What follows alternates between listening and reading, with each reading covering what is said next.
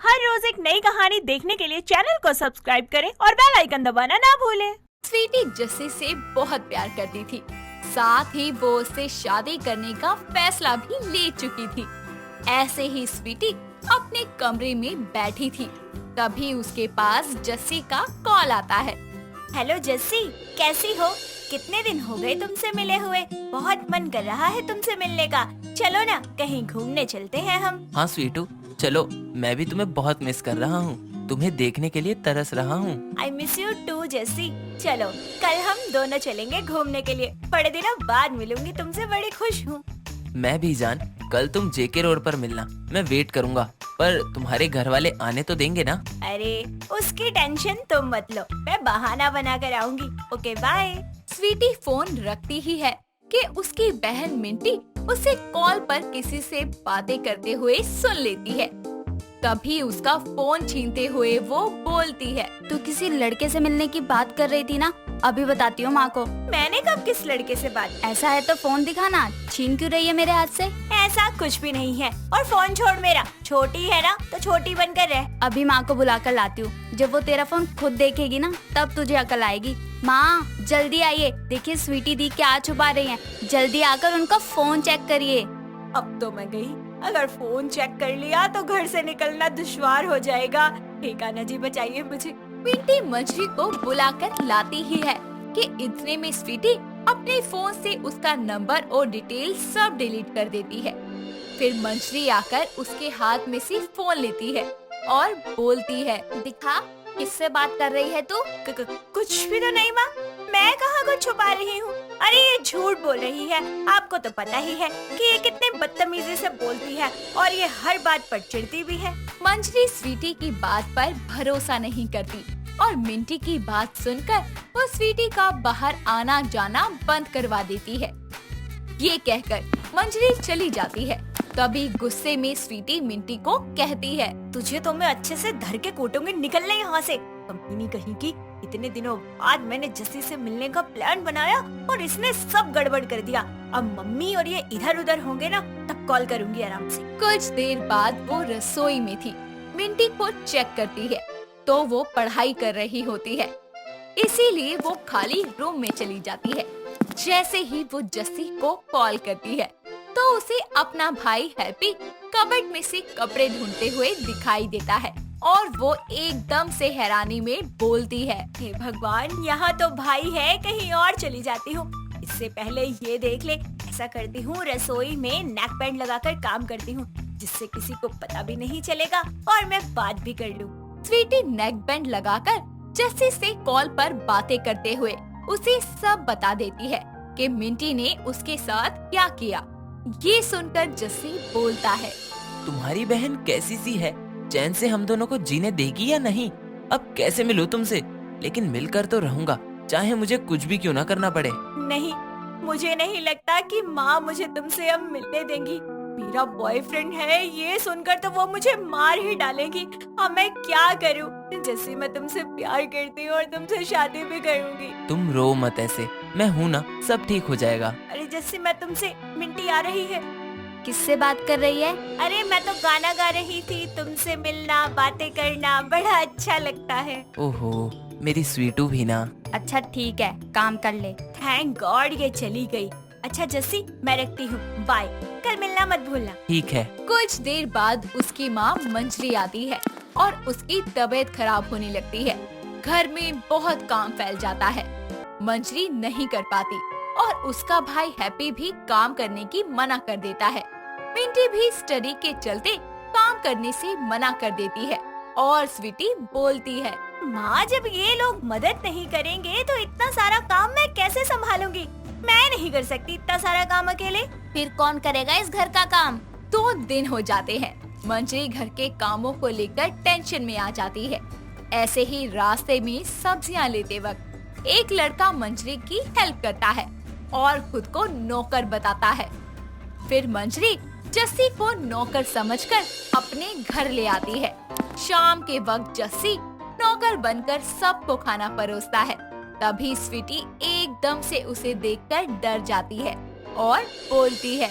ओह तो तुम अरे क्या हुआ स्वीटी, क्यों चिल्ला रही है? अरे मैडम, आप मुझे देखकर डर क्यों गई? माँ ये कौन है? आप कहाँ से ले आई इसे? हाँ माँ, कौन है ये? अरे बेटा, ये हमारा नौकर है जादू। ये मुझे रास्ते में मिला। तुम लोग तो घर का काम कर नहीं रहे, घर में खाना, कपड़ा, बर्तन, साफ सफाई तुम तीनों में से कोई नहीं करता, इसलिए मुझे नौकर लाना पड़ा। इससे तो अच्छा हम आप नौकरानी ले आती। क्या काम करेगा ये, और पैसे भी ज्यादा लिए तो? अरे यही तो मजे की बात है कि ये पैसे नहीं लेगा, फ्री में काम करेगा। इसे बस यहाँ खाने और रहने की जगह चाहिए। पर माँ, ये क्यों? हैप्पी, तू ज्यादा मत बोल। अब से सारा काम जादू देखेगा और यहीं रहेगा।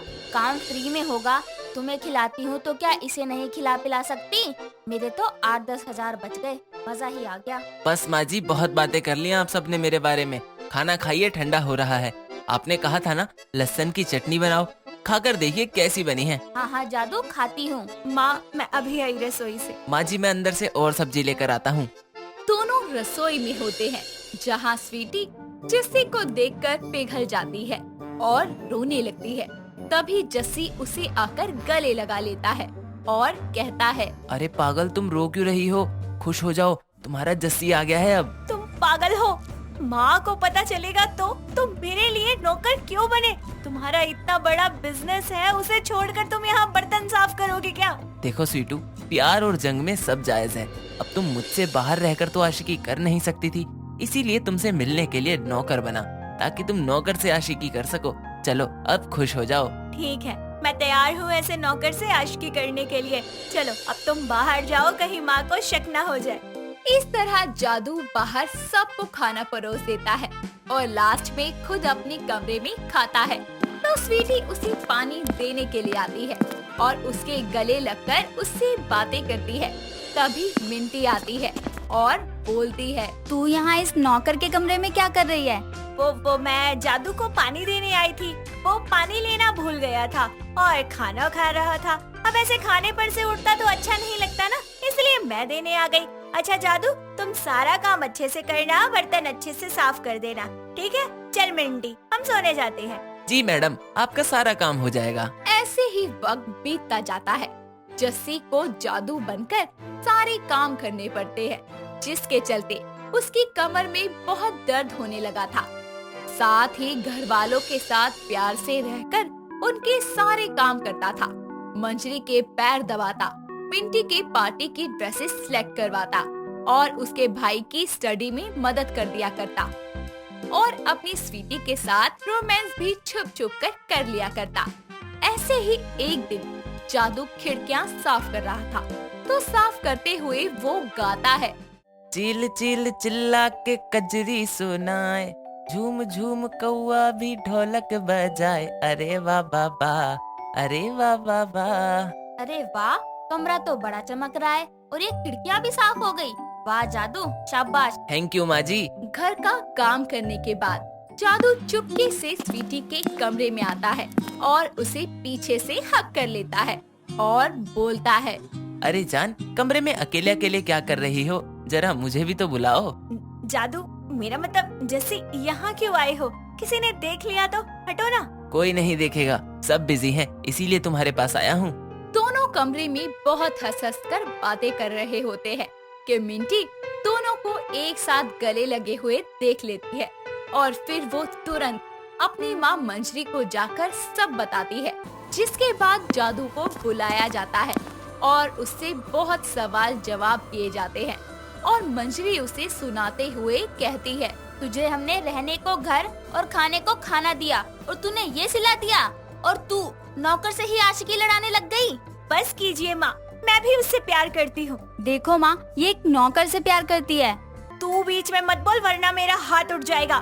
माँ, जिसे आप नौकर समझ रही है वो कोई नौकर नहीं है, बल्कि इनके पीछे तो 15-20 नौकर खुद घूमते हैं। अरे ये कोई आम इंसान नहीं, मेरा बॉयफ्रेंड, मेरा जस्सी है। ये बहुत बड़ा बिजनेसमैन है। स्वीटी अपनी माँ को जादू और जस्सी के बारे में सब बताती है। तभी मंजरी बोलती है, जो भी था इसे हमें सच बताना चाहिए था, झूठ बोलने की क्या जरूरत थी? माँ जी, मैं सिर्फ यहाँ उससे मिलने ही नहीं, बल्कि आप सबका दिल जीतने के लिए भी आया था, ताकि आप स्वीटी का हाथ मेरे हाथ में थमा दो। इस तरह मंजरी उसकी बात मानकर दोनों की शादी बहुत धूमधाम से करवा देती है। हिमांशी अच्छे से तैयार होकर एक अक्षत नाम के लड़के से मिलने के लिए कैफे में जाती है, जहां वो उस लड़के को देखकर बोलती है, ओ शुक्र है भगवान का, कोई लड़का तो ढंग का मिला। मतलब? अरे मतलब गया तेल लेने। पहले तुम ये बताओ, तुम मुझसे आज पहली बार मिले हो, कैसा लग रहा है? पहली बार तुमसे मिलकर अच्छा लग रहा है। तुम फोटो में जैसी दिखती हो वैसी बिल्कुल नहीं हो। वैसे तुमने बताया नहीं कि मुझसे मिलकर कैसा लगा तुम्हें। मेरी तो पूछो मत, मुझे देखकर ही पता चल रहा होगा कि मैं कितने खुश हूँ। दोनों एक साथ बैठकर काफी देर तक बातें करते हैं। हिमांशी बातें करते करते कुछ देर बाद अपसेट हो जाती है और उसे ऐसे देखकर अक्षत उससे बोलता है, क्या हुआ? तुम एकदम से उदास क्यों हो गई हो? कुछ नहीं, बस ऐसे ही। अच्छा, तुमने टिंडर पर अपनी प्रोफाइल क्यों बनाई? किसी को भूलने के लिए और किसी को मिलने के लिए। किसी को भूलने के लिए? पर किसको? अपने पहले बॉयफ्रेंड के लिए। वो इतना खुदगर्ज निकला ना कि अपने करियर को पूरा करने के लिए उसने मुझे छोड़ दिया। वो भी तुम्हें टिंडर पर ही मिला था क्या?